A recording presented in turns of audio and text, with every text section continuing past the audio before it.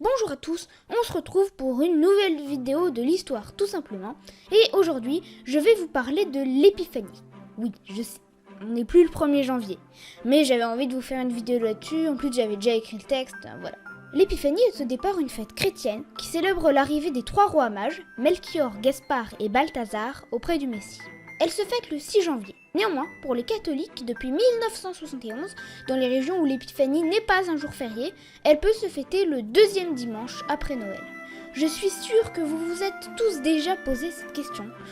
Pourquoi mange-t-on de la galette pendant l'épiphanie et pourquoi cache-t-on une fève dedans? Mystère et boule de gomme. Mais non, je vais vous répondre. Cette tradition nous vient des fêtes romaines antiques appelées Saturnales. Pendant ces fêtes, les Romains choisissaient un esclave comme roi d'un jour. Comment?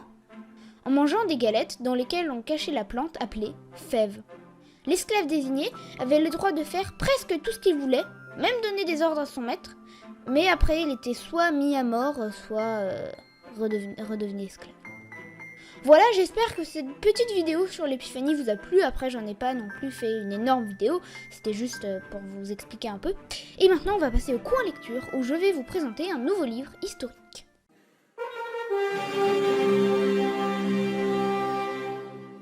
Eh bien, on se retrouve pour le coin lecture. Et aujourd'hui, je vais vous présenter un livre qui s'appelle Les aventures de Tom Sawyer de Mark Twain. Donc, forcément, je vais commencer par vous lire le résumé. Allons-y.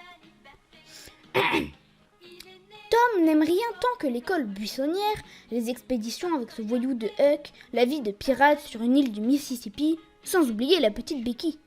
Mais sa tante Polly ne voit pas cela d'un très bon œil. Et si elle apprenait que Tom et Huck, cachés dans un cimetière pendant une terrible nuit, ont assisté au meurtre d'un homme?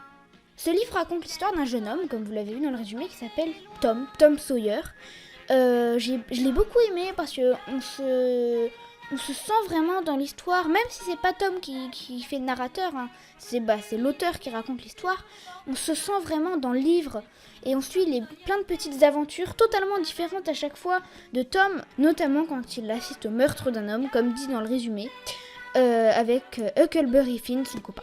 Et il est vraiment très cool, je vous invite à aller le lire. Et donc bonnes vacances et à bientôt pour un prochain épisode de l'histoire tout simplement. Bye bye!